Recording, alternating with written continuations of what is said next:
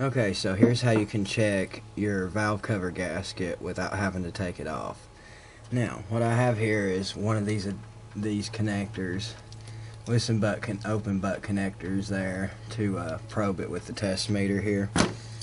I've only got it set for 200 ohms. I'm not sure what you're supposed to have it set for, but you know, these are brand new glow plugs, so I know that they're good, so I'm not really worried about checking whether they work. I'm just checking for connectivity and that, you know, pretty much everything's about the same.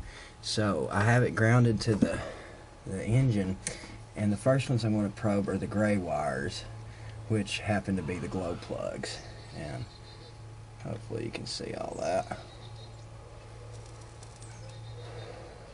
So I got 2.7 there. Same on that one.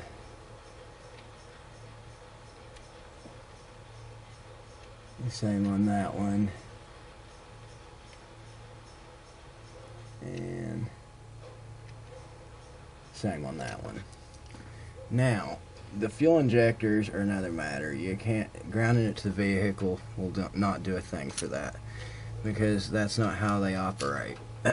They use around 120 volts DC to fire, and they don't ground into the vehicle chassis. They have their own ground wire that they all share on the wiring harness, which happens to be this black wire. I don't know if you can actually see it or not, but anyway, there's 5 thinner wires altogether. The 4 glow plug wires are thicker. The glow plugs are grounded to the block. There's only 1 wire for those. So we'll need to put the meter in the black one and try and keep it on there in order for this test to actually work. I've already tested them all myself, but I just kind of wanted to go over this on camera with you guys. You see there we got 5.2 on that blue one.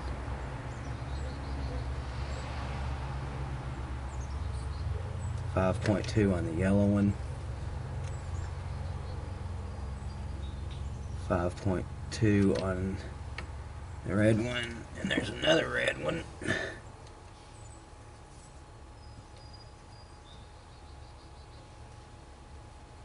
And it's 5.2. So it's pretty consistent, so everything under there seems like it's connected as it should be. And hopefully the solenoid's not burnt out on any injectors. You also follow that up on the other side, which I've also done. This wasn't what my problem was, but it definitely could be what your problem was.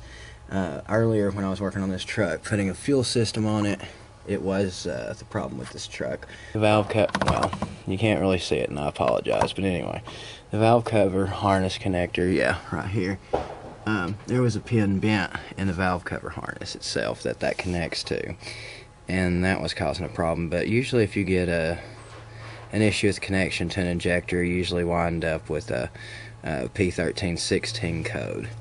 Hey, I hope this video was of help to you, and as always, my friends and viewers, I want to praise my Lord and Savior Jesus Christ and thank Him for everything that He's done for me in this life and the one to come. And if you guys need to know about who that is, then I suggest you pick up a Bible and start reading in Matthew about who that is. You can also go check out an outline that I have on what the gospel is at sharingthetruthandlove.com, and click on the salvation tab to learn how to be saved, who Jesus is, how He saved you, and what you do to be saved. I appreciate you for watching my videos, and I love you all, even the worst of my enemies. I hope y'all have a great day. Take care. Bye-bye.